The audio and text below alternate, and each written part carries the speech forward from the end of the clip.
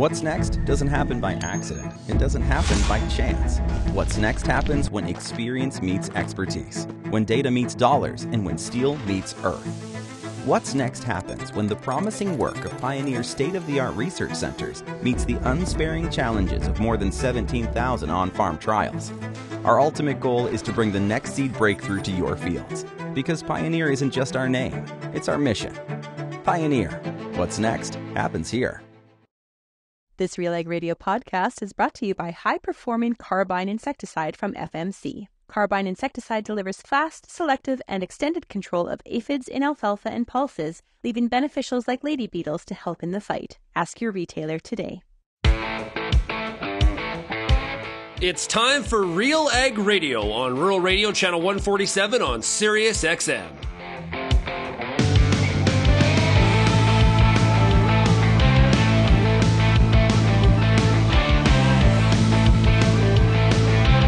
RealAg Radio and RealAgriculture.com is your home for insight and analysis of the issues that are impacting your farm business.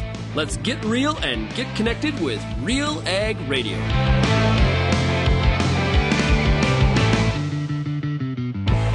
Welcome to RealAg Radio here on Rural Radio 147, Sirius XM. Shaun Haney, your host here on this Thursday edition of the show. Thanks so much for making RealAg Radio and Rural Radio 147 a big part of your workday, and a big shout out to everybody listening out there as well on the RealAg Radio podcast, whether you're in Canada or the U.S. or beyond. It is great to have you with us. Today it is Thursday, which means the Farmer Rapid Fire, brought to you by Pioneer Seeds Canada. You know, for more than 90 years, Pioneer has developed and tested products to meet your local challenges. With new Z-Series soybeans, new Optimum Glide canola, top-performing corn products, and industry-leading traits and technologies to maximize your yield potential, Pioneer's on-the-ground teams can help you get the right products for your fields. Visit pioneer.com/Canada to learn more. And, of course, for our U.S. audience, you can just stop at pioneer.com. Unless you want to go to that Canadian address, you can do whatever you want, but just trying to help you out. Okay, today, great list of farmers, a very diverse group in terms of some of the things that they are doing on their farms. We've got Keddy, who is in Nova Scotia, heavily involved in the strawberry industry. We got Shaun Schill in Ontario. We got Warren McCutcheon in Manitoba. We've got Lesley Ray Kelly in Saskatchewan. And we'll also be joined today by Nicci Rasmussen, who will be our area agronomist from Pioneer Seeds Canada. If you have any feedback on today's show, you can always send me an email, shaney@realagriculture.com. You can also find us across all the different social media platforms. The other way, too, is to call the RealAg feedback line, 855-776-6147. And we start off this week's Farmer Rapid Fire in Woodville, Nova Scotia, and we're talking to Keddy. Hey, Keddy, how's it going? I'm doing well. How are you? Pretty good. Okay, what's happened on the farm this week?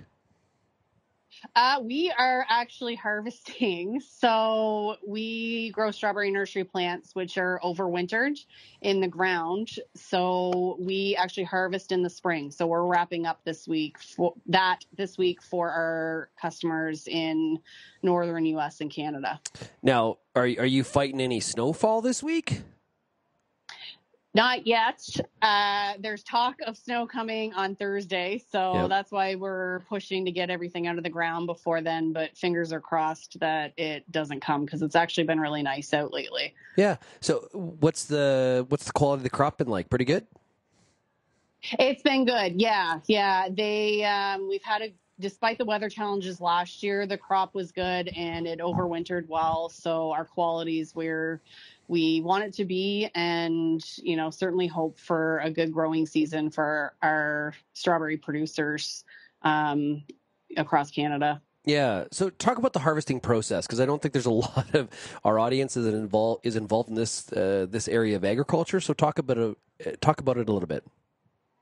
Sure. So we have a crew of Jamaicans who come up this time of year. We use a harvester, so it's a big barrel that scoops underneath the strawberry plants, lifts them up, and knocks all the dirt and rocks out. They're pitchforked by hand into a bin, and then they go into our warehouse where they're hand packed into bundles of 26 and boxed, and then shipped across northern U.S. and Canada. the strawberry producers then plant them in the ground, and then they take care of the actual berry production. So we're just the nursery generating the plants. Our customers are farmers. Yeah, and would we call that a steck? Is that correct, or what do you call it? In what regards? The what you're actually selling with the farmer that you're selling to, what they would plant, is that called a steck? Or? Oh, what they would plant. Sorry, so they're planting a daughter. A daughter. Okay. So when we grow our daughters from a mother plant. Yep. So it's a crown with roots on it, and then they'll produce more daughters in which the berries will be harvested from. And how many different varieties of strawberry plants are you producing and selling to customers? It depends on the year. Plant scientists are one of our best friends because they're constantly developing new varieties depending on what consumers want and depending on what farmers want. We, on average, can have around 15 to 20 varieties at a time. And then constant research is being done all the time for new varieties. Yeah. Now, is this something that you've been involved in for a long time? Yeah, so my in-laws are first-generation farmers, and that's what grew their business and started the business. And they're in their 44th year. Myself and my husband are second generation. He obviously grew up in it, and we've been around the farm now for about 15 years. So very, very good. Oh, that's cool. Now, you mentioned you've got a Jamaican crew. Yes. Can you the importance of that crew? And is it the same crew coming every year, or is it always different? Talk about the labor supply a little bit. Yeah, so the labor supply of our Jamaican workers, and we get some Mexican workers in a little bit later in the spring. We wouldn't be in business without them. And some of the guys they've been around the farm longer than I have. So some of them are on their 18th, 19th year with us. So they're looking at retirement now, but know the business inside and out the same way any farm worker, farm manager would. There are key equipment operators. They're work the sprayer, they run our irrigation systems. We physically wouldn't be in business without that labor. And what's nice is seeing the relationship between these countries and Canada and the way that they've been able to support their families back home. Most of them have businesses back home. Many of our guys farm in Jamaica or Mexico as well. So they're here to earn wages to then pay people back home to run their own businesses. Even though there is talk that agriculture doesn't need to be concerned about some of the changes that the federal government's going to potentially make when it comes to supply of temporary foreign workers, I'm a little bit. I am concerned because governments can change their mind, and sometimes they don't do as they intended, and there's always unintended consequences. What do you think when you hear Immigration Minister Miller say Canada's addicted to cheap temporary foreign workers? I scoff at it. Go ahead. I would challenge him on the word cheap because certainly not cheap labor. They're paid fair wages. We cover living costs, housing. It's not cheap labor by any means.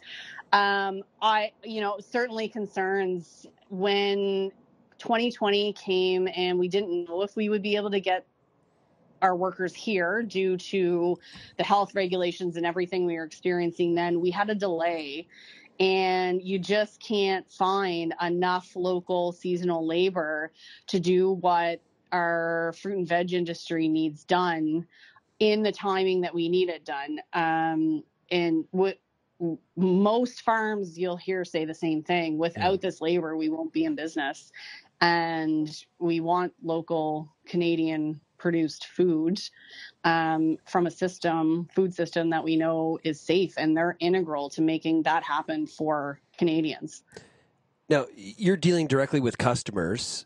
and they're obviously heavily involved in strawberry production.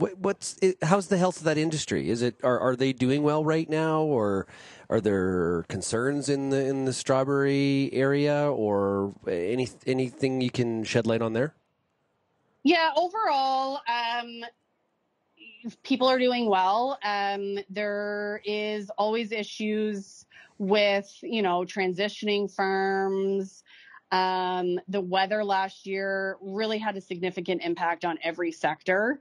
So certainly some challenges with crops and strawberry production really the last 2 years. But in terms of our sales are consistent.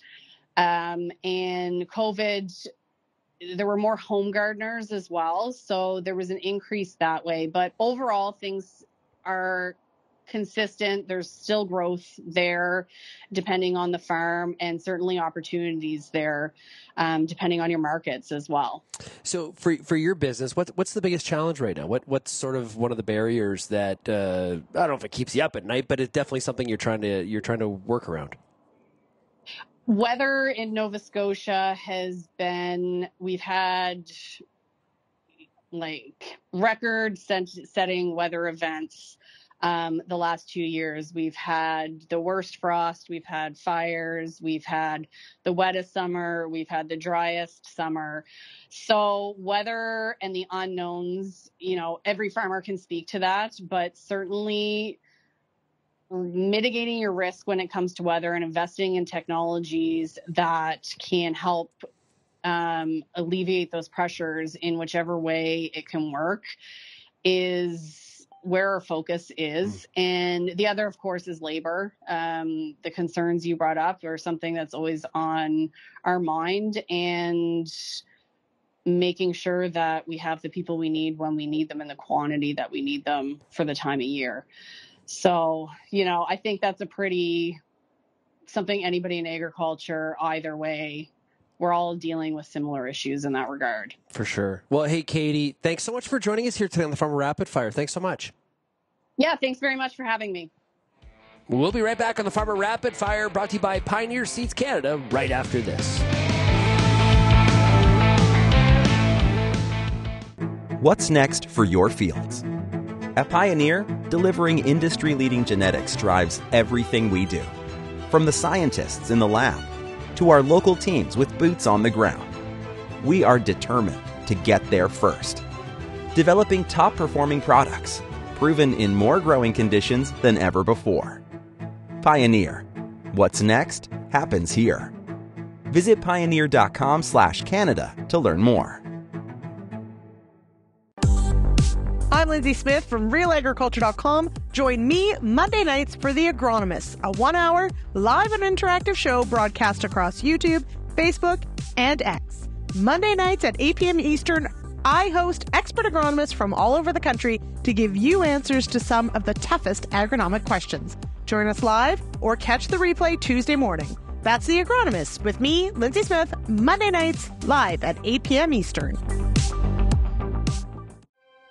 CDC Endure is a new oat line from Alliance Seed. High yielding with excellent disease resistance and the quality end users ask for, all in one great oat variety.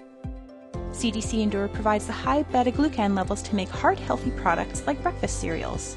For more information on CDC Endure oats, as well as any other products from Alliance Seed, check out allianceseed.com or visit any Alliance Seed authorized retailers.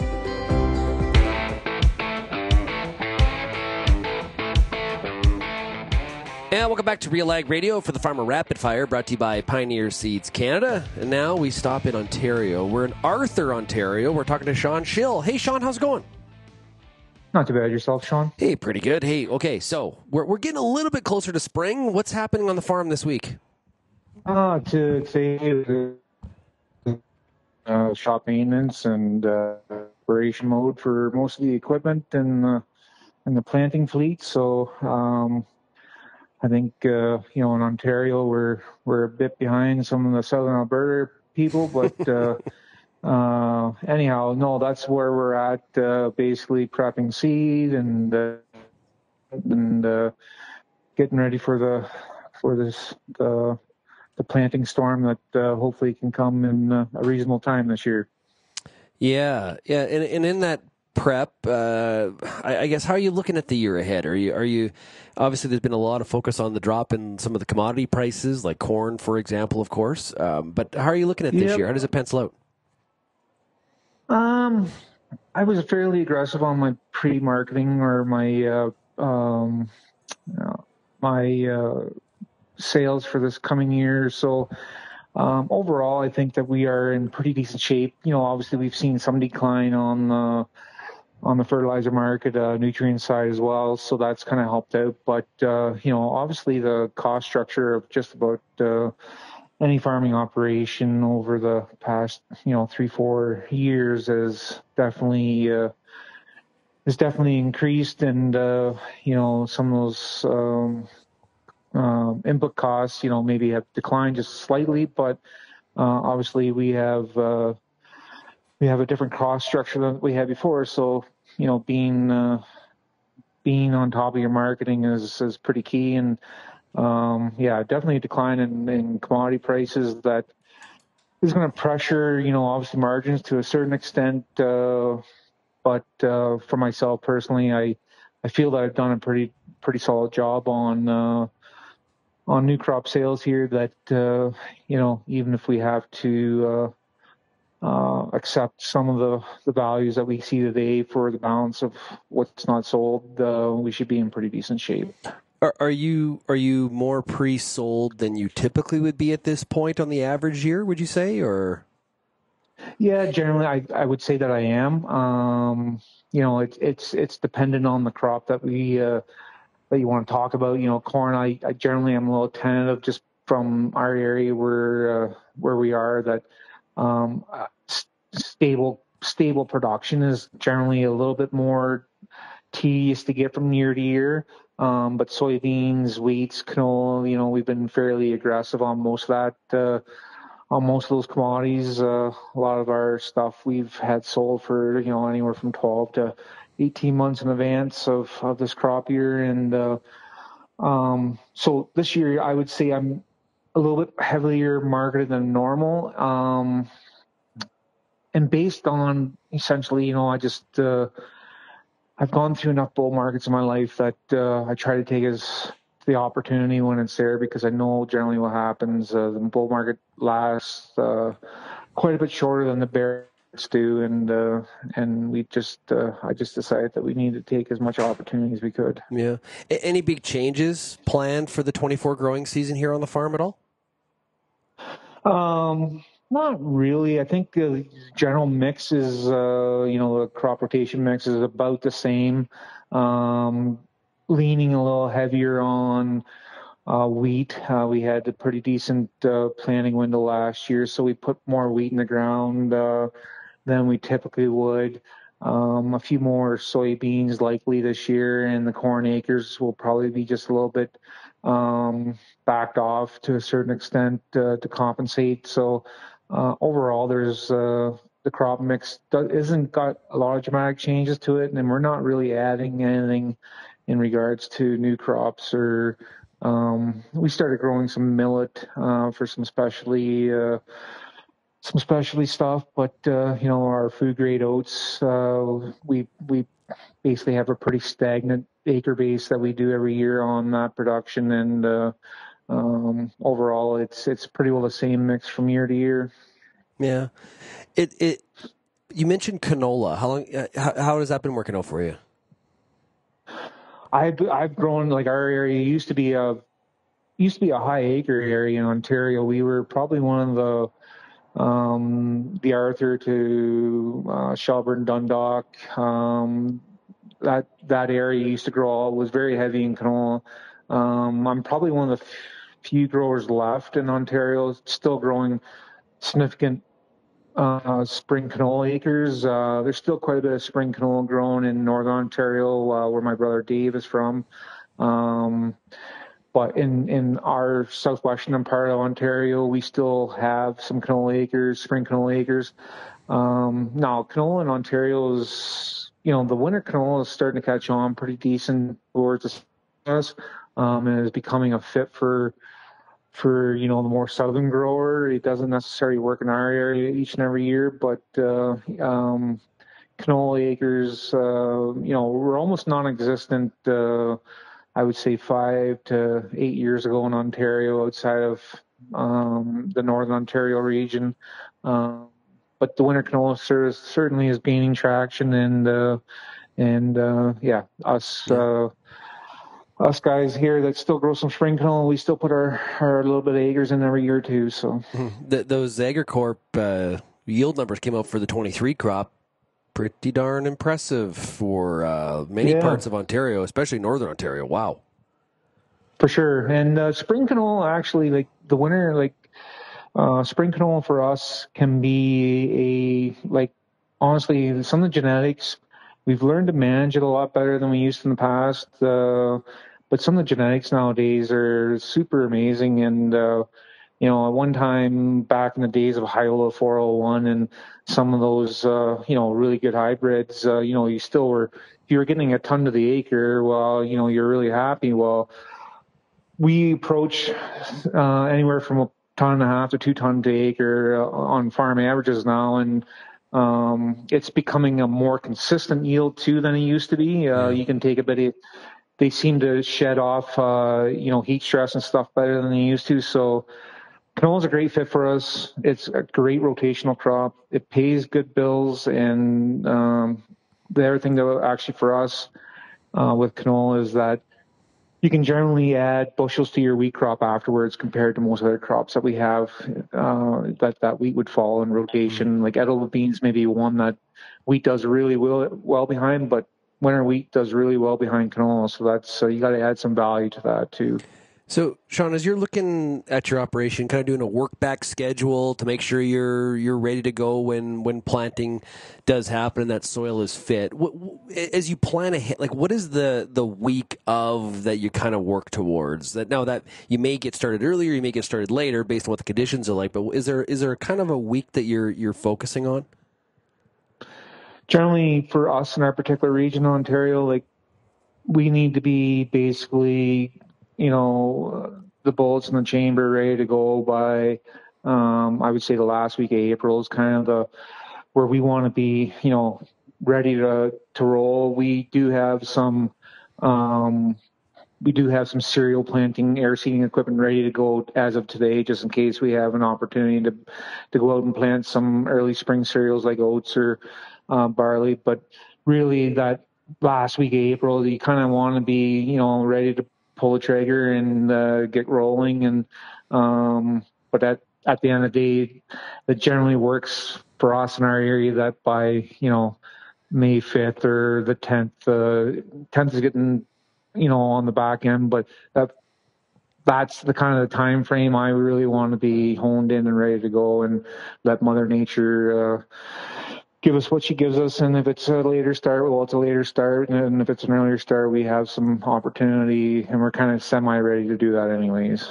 Yeah, it's getting pretty close to go time. It's gonna happen before we know it. Absolutely. Well, hey, Shaun, thanks so much for joining us here today in the Farm Rapid Fire. All the best to you during planting season, okay? Thank you very much. We'll be back with more of the Farmer Rapid Fire, brought to you by Pioneer Seeds Canada, right after this.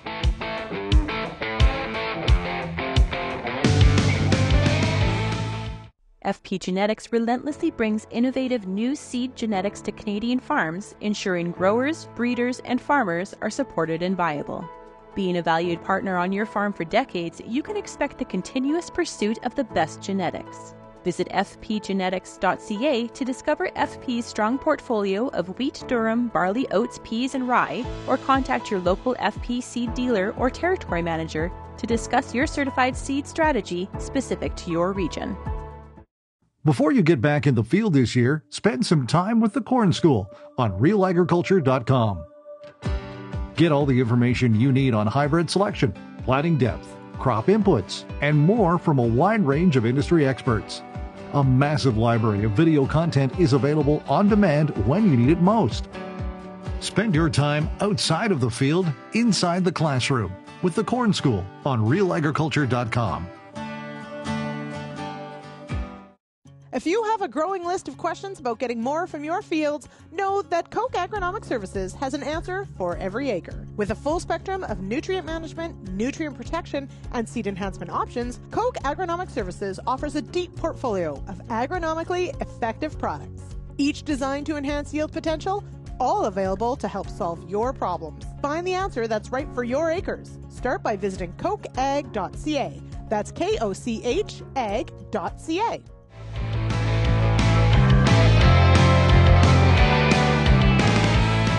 And welcome back to RealAg Radio for the Farmer Rapid Fire, which is brought to you by Pioneer Seeds Canada. And we're stopping in Carman, Manitoba, and we're talking to Warren McCutcheon. Warren, how are you doing today? Hey, not too bad. Good afternoon. Hey, okay, so what's happened on the farm this week? We are not doing a whole lot here. It's just starting to kind of warm up, so we've got a few little shop projects and stuff that we're trying to get tidied up. Spray trailer, a few things. Just kind of waiting for the yard to dry up a little bit more. Just took a look at a couple of the implements out back yesterday, and still a little frozen into the ground. Tires are still in a little bit of snow and ice, and no point in pulling anything out quite and making a mess just yet. And no grain moving or anything this week, so kind of the calm before the storm here. Yeah, I got it. Definitely warmer temperatures here. It's not going to take long to. Well, we didn't really have any snow to speak of anyway, right? So. Yeah. You mentioned spray trailer. Have you built yourself one, or did you buy one from somebody, or what'd you do? Yeah, we've just kind of been adding to it over the years. It's an old flat deck trailer with tanks and handler and all that kind of stuff on it. We built a boom for it so that we can load a little easier off the road, across a ditch and put a front fill on the sprayer, that kind of thing. Just make it a little more efficient and a little easier to get at, and those kind of things. So always tweaking, a few farmer fixes. Like it, and I think a lot more attention is paid to a sprayer trailer now than going back a number of years. If you've got it set up properly for your system, and it's convenient and it doesn't require a whole bunch of manpower, like it can really, really work for you. You can really, really minimize those fill times. No, absolutely. And I mean, it depends on everybody's operation too, right? How far from home are you? What kind of gallons are you spraying, right? Whether it's roundup work where you can, go lower gallonage and you can cover a lot of acres on a fill. It's not quite as necessary. Most of our land is fairly close to home, so we'll be back and forth into the yard quite a bit to fill anyway. I mean, we'll still use a spray trailer anyway to load off of it. It's just easier when everything's set up on there, but. Definitely depending on some operations. If you're a long ways from home, you really got to be prepared. You can have all your chemical on board. You kind of set off for the day and you're good, right? So it's a pretty important tool for sure. And it makes you that much more efficient. 120 feet at a time and 1,000-gallon tank. You can bomb through that pretty quick and back to the field fill. Especially if we're putting on liquid fertilizer to it.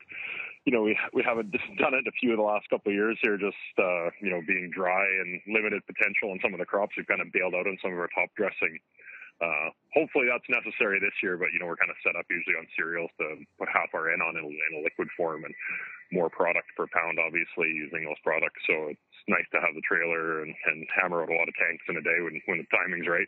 I remember when I was a kid, that was one of my first, where it's like, hey, you're assigned to this job. You're like, this is awesome. I was the water truck driver for the sprayer. That was before, it was an old truck. It had 3 gears and grinding them and driving them to town. And it was a really good job because you got to stop at the convenience store and get a Slurpee once in a while in the middle of the workday. Yeah, exactly. I guess you can escape from the backwoods or the back roads where the sprayer's hanging out all day. Yeah, exactly. Now, you mentioned liquid fertilizer. Is this new for the farm, or is this something you're trying to incorporate, or you've been doing it for a while? No, we've done it for a long time. It's just kind of the system that we use. We're kind of a hoe drill style air drill. We get away with putting 60 or 70 pounds kind of in a ribbon with the seed. No issues of seed burn or anything like that. It gets about half our end down with the seed in the spring. So it's a pretty efficient pass, but it leaves us a little short in most years on end. So we'll try to get back out there, when the crop looks good and potential's all there and stuff like that. And we'll get the second half of our N on usually in liquid form on our cereals. And we've messed around with it a little bit too in crop on corn. It's just one of those things. It's nice to have the flexibility. If you got dry conditions and you don't want to, we usually put our end down in front of edible beans and corn, work it in the spring, seed it, go from there with a planter. But we've had some years where you don't really want to disturb that soil in the spring, and maybe we just put our starter down and put the corn in, or put the beans in or whatever, and then maybe we'll go and we'll put a little liquid over the top after.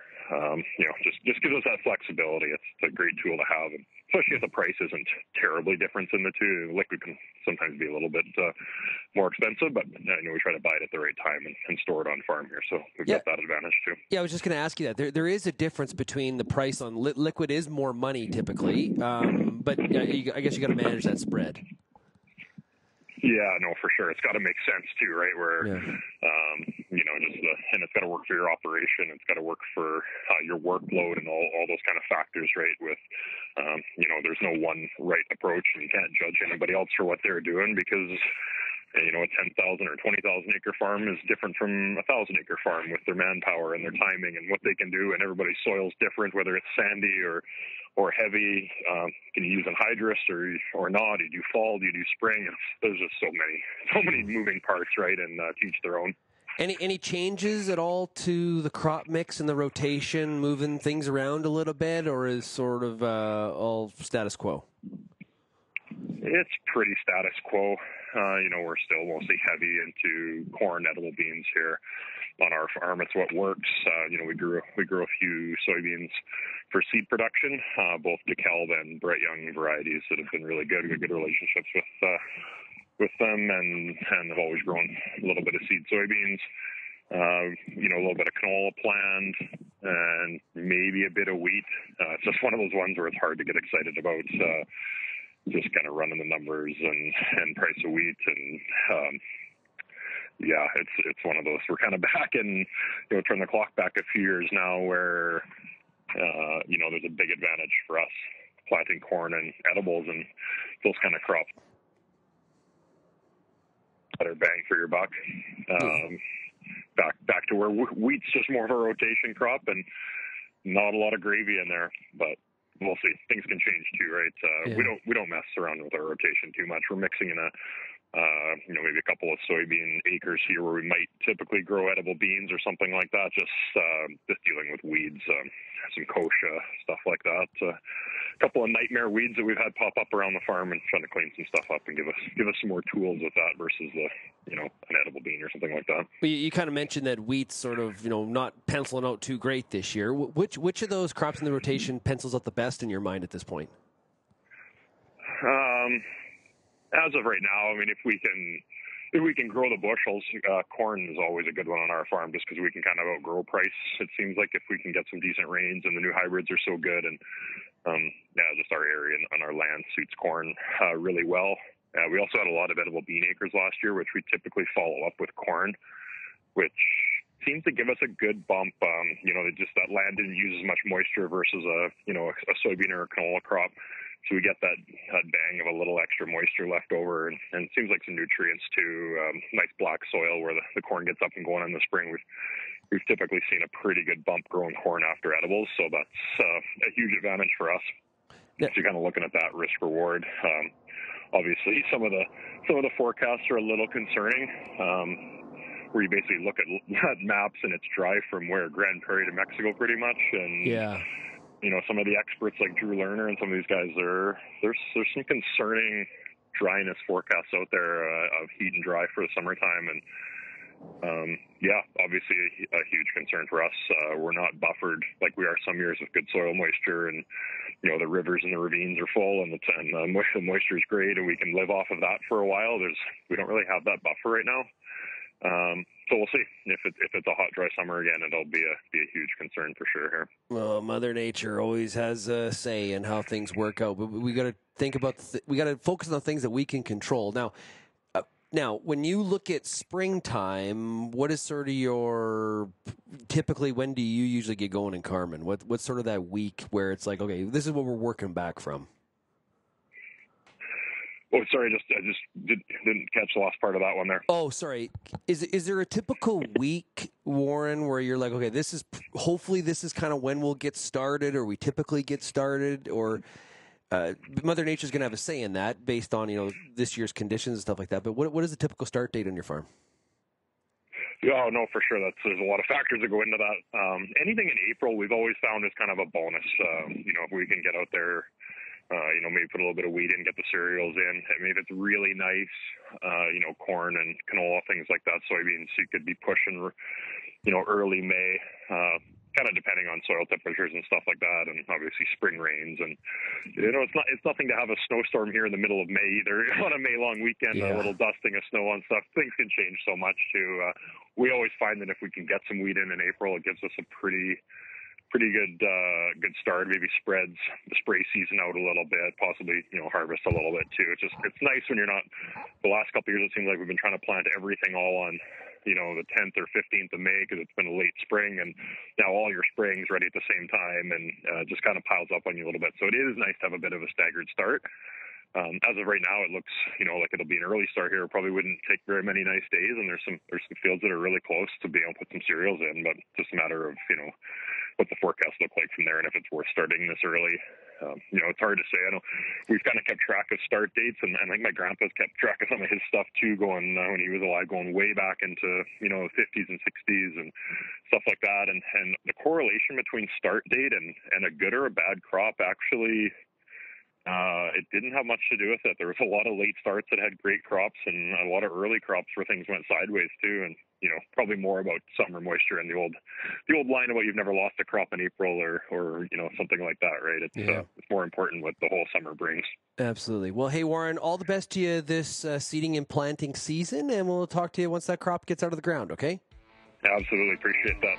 We'll be right back on RealAg Radio. Farmer Rapid Fire, of course, is brought to you by Pioneer Seeds Canada.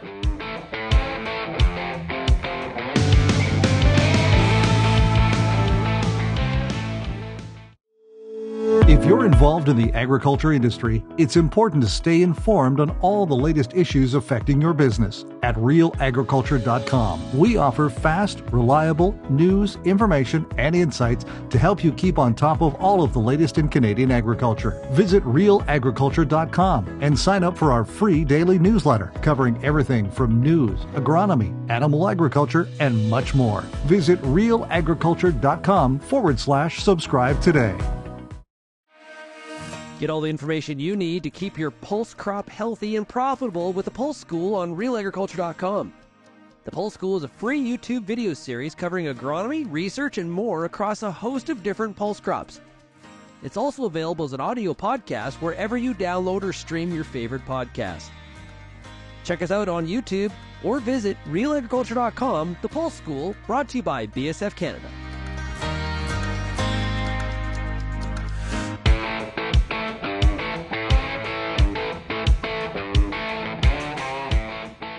And welcome back to RealAg Radio, brought to you by Pioneer Seeds Canada.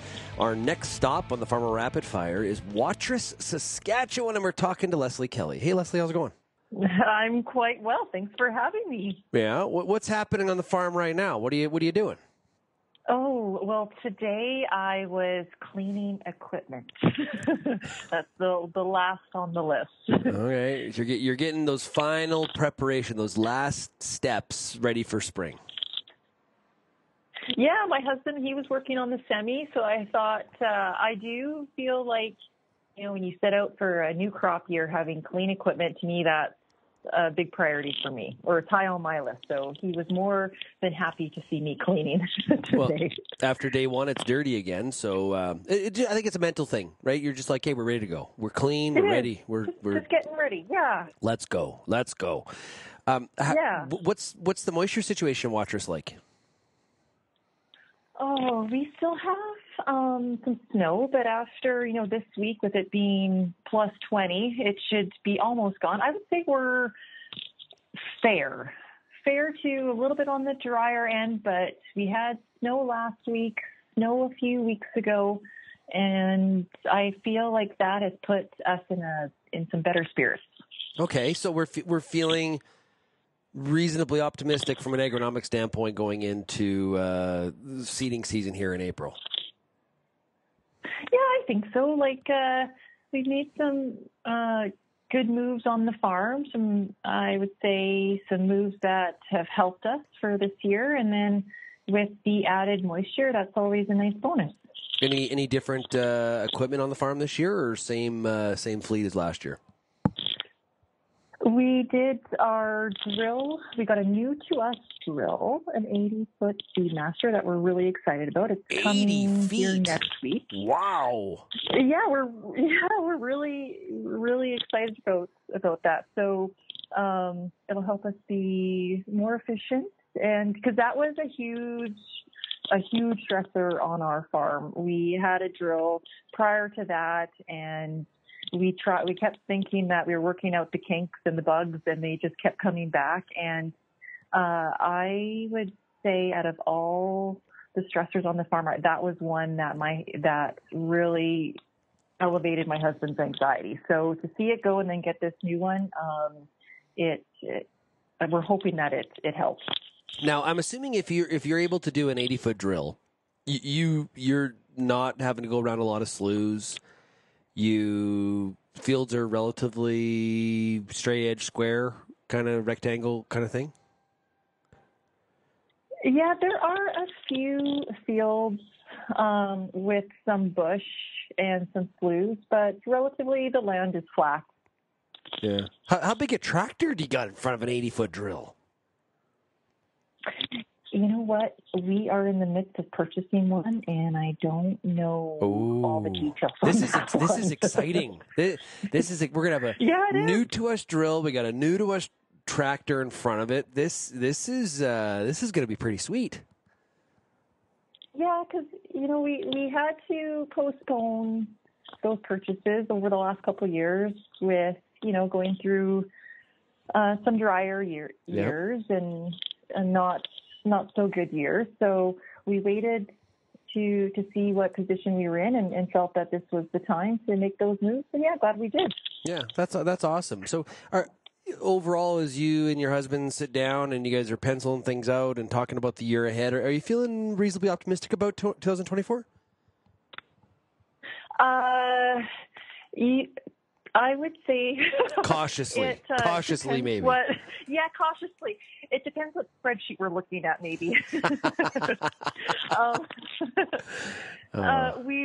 What I feel like what we have worked really hard on over the last few years since my dad passed away is to really understand our numbers and really understand the business. So we worked really closely with MNP and use one of their tools to forecast and benchmark and plan out the year and know our margins. And then we use also another tool with our peer group that it really helps us dig in. And yeah, if we have an average year, we will be okay. We'll meet our margins.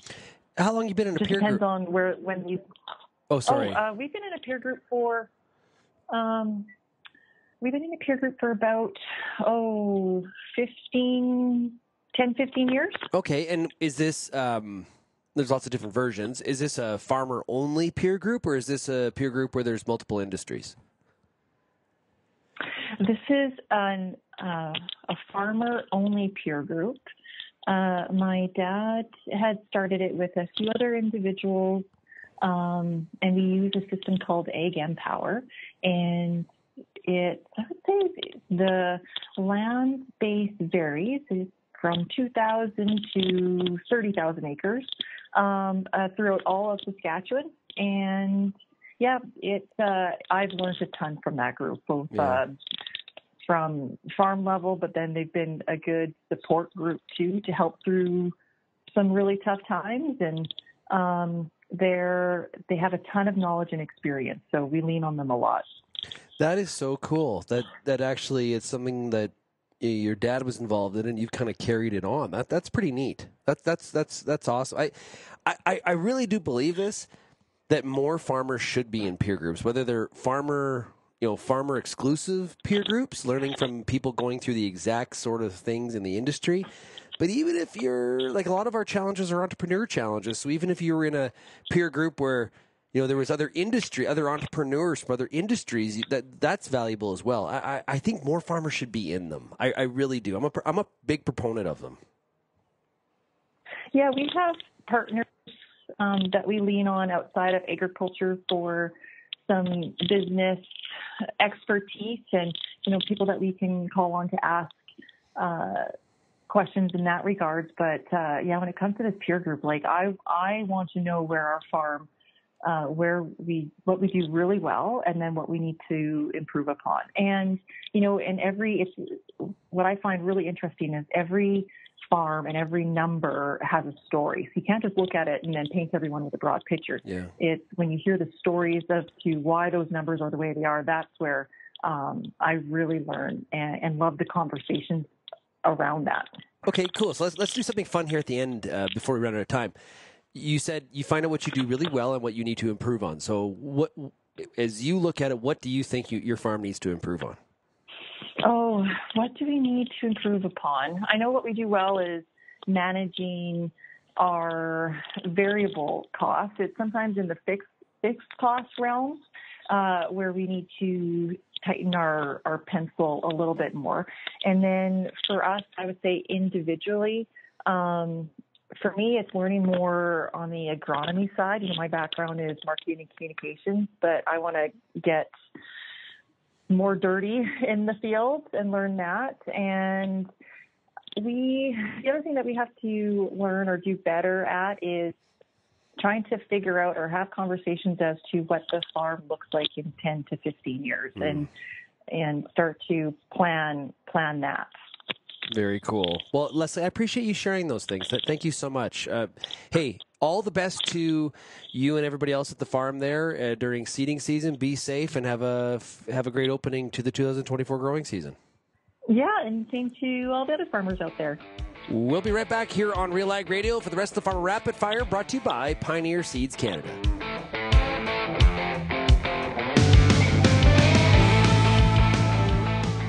Hi, I'm Bernard Tobin, host of the Soybean School on RealAgriculture.com. Throughout the year, on the Soybean School, we'll bring you timely agronomic video content from planting to harvest, from the latest agronomic research to the latest in production technology. Check out our massive video library on YouTube, RealAgriculture.com, or download the audio podcast versions wherever you get your podcasts. The Soybean School is brought to you by BASF and Syngenta Canada. Peter Johnson at Wheat Pete, RealAgriculture.com, and what an opportunity! Oh my gosh! You think you can't grow better wheat? You are absolutely wrong. We're going to show you how to strive for those record wheat yields that they get in the UK and in New Zealand. You can grow 150 bushel wheat. I'll show you how. Catch Wheat Pete's Word every Wednesday on RealAgriculture.com or download the podcast on iTunes or Spotify.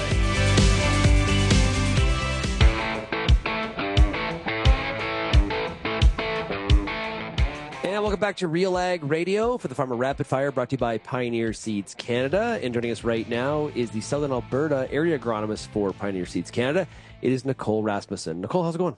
Really good. Thanks for having me today, Shaun. Yeah, great to chat with you. Okay, so what's happening right now? You're talking to a lot of customers. We're getting a little bit close. Southern Alberta, this time of the year, we are always very close to seeding and planting. What have the conversations been like? I think it's been very positive as of late. We've had some snow. There's some moisture. It looks like everything's really sinking in. I don't know, driving around the country, you don't see a lot of puddles. So it's just really been an uplift to spirits. And just a lot of interest from people talking corn and canola again and seeing some happier faces. So it's been a great last couple of weeks. Yeah, it's interesting. Just a little bit of wet snow in late March, early April, and it can kind of change the mood a little bit where it sort of installs a little bit of hope because, this is an area in Southern Alberta, depending on where you are, there's different, contexts of dry, but we're pretty dry by us for like 5 of 6 years. So this is an area that needs some relief outside of the irrigation zone. Exactly. I think just to recharge that subsoil, right? Last couple of years, we've survived just on rain. There's been nothing in the soil really to sustain crops. So this was much needed. I don't know that it's going to help our irrigation farmers significantly, but it's going to help them get a crop started out of the ground as well. So just really positive discussions overall. Yeah. And during the commercial break, you said something that really, really caught my attention, that you're seeing more, even with some of that dryness, you're seeing more and more farmers consider and look at, could I do dryland corn? Talk about this, because that's kind of surprises me a little bit based on how dry it's been. So kind of from two aspects, from our forage side, grazing corn, silage corn, and dry land saved a lot of farmers the last few years, right? It takes a lot less water to make a kilogram of corn dry matter than it does even a cereal crop. So, through the drought, corn sustained a lot of our livestock producers surprisingly well. And I think going through what we did with that drought being so significant and corn still being able to keep its place has really told a positive story. And I think some of that's kind of crept into the dryland grain corn interest. We had a couple trials last year that did, almost double in some cases the wheat yields beside that field of dryland grain corn. And as you know, Shaun, we're in southern Alberta, there's an endless need for corn for feed for our feedlots. And so lots of guys getting really interested in adding that crop into the rotation. So we're getting lots of interest, and it's exciting, like I said, to have this moisture to start puts us off in a really good situation. Yeah, one of the things, those feed yards. So we've seen, a real growth in the corn acre in southern Alberta for silage, of course, and that's been happening for a while, but it's definitely a much bigger acreage than it was, say, going back 15, 20 years ago for sure. Part of that is genetics. Also, part of that is learning. Farmers getting to know how to grow corn, right, and trying to get their knowledge up to speed with some of the other major corn growing areas in North America. But one of those other things that feedlots have also done is they've been putting in steam flakers. And that's another added capital investment, and not a cheap one, I might add. Yes, it's significant. But it's significant, but there's also significant value too, from a productivity standpoint in your feeding operation. That's also boosted the corn acre as well. Exactly right. You have corn, which is a big seed that has a lot of energy in it. When you steam flake it, it's, effectively 100% digestible. And it's also, steam flakers primarily are put in for corn, but they're also seeing it really do great job with wheat as well. So you're seeing a lot more wheat going into some of these feedlots to backstop the corn. So it's all just feeding that, right? And I kind of feel like we'd maxed out silage acres for the feedlots. Over the last 5 years, we kind of got where we got, but this will really help drive a lot of the local grain interest and the need, just to take some of the pressure off, folks shipping in rail cars or, that's not always simple, maybe harvest gap timing. So like I said, endless opportunity for our local growers. And it's nice to have maybe another cropping option as well that does handle drought, significantly better, I think, than people realize. We've been doing a lot of corn schools, like teaching people, kind of some of the fundamentals to help them feel a lot more comfortable, trying a crop like this. No, Nicole, there's going to be a pendulum, like a variable or a variance here. Everyone's not, equal of quality of farmer. But if I was going to plant grain corn on irrigation in southern Alberta, what am I putting in as my budget? What are people using? I think if you look at the seed from, let's just say for easy math, $100 an acre. Then you want to look at nitrogen. It takes a little less nitrogen per bushel to produce a bushel of grain corn than it does a wheat. So we're going to pencil in about a pound of nitrogen per bushel. You can drop that even a little bit if you're like a very efficient applicator. But if we just pencil in, say, a pound a bushel, I'd like to say a pretty comfortable long-term average in southern Alberta is going to be at least 165. Last year we flirted with 200 in a lot of places. Wow. So if it takes a lot less nitrogen too to grow it than you look at a lot of our standard crops. So, it's kind of just helping people realize that the seed's probably your bigger input, sure, but from a nutrient standpoint and a herbicide standpoint, we're very efficient users, and very, similar cost from that aspect. It seems like a lot because the yield potential is higher, but from a per bushel or per ton standpoint, it's very efficient and less than a lot of current crops. No, I appreciate you sharing some of those numbers. That gets some people that maybe aren't growing corn and think about it and don't know some of those numbers. I think it sort of sheds some light for them, and maybe they'll think about it a little bit, some deeper thought going forward. So, hey, Nicole, thanks so much for joining us here today on the Farmer Rapid Fire. I wish you all the best. Good luck out there as we get a little. You're looking forward to this because you're going to actually be able to get out in the field here very, very soon. I know you like to be out in the field. So, thanks so much for joining us. Thanks, Shaun. Again, a big shout out to our sponsor, the Farmer Rapid Fire. It is Pioneer Seeds Canada. Make sure you go to pioneer.com/Canada to find out more about their canola, soybean, and corn hybrids. If you have any feedback on today's program, we'd love to hear from you. Send me an email, shaney@realagriculture.com. You can also, of course, call that RealAg feedback line, 855-776-6147. Thanks so much, everybody, for getting real and getting connected with RealAg Radio. And we'll, of course, chat again tomorrow. Cheers, everybody. Thank you for downloading this RealAg Radio podcast, brought to you by high-performing carbine insecticide from FMC. Carbine insecticide hits aphids hard with effective, selective, extended control. It also has activity on lygus and tarnished plant bugs. Ask your retailer today.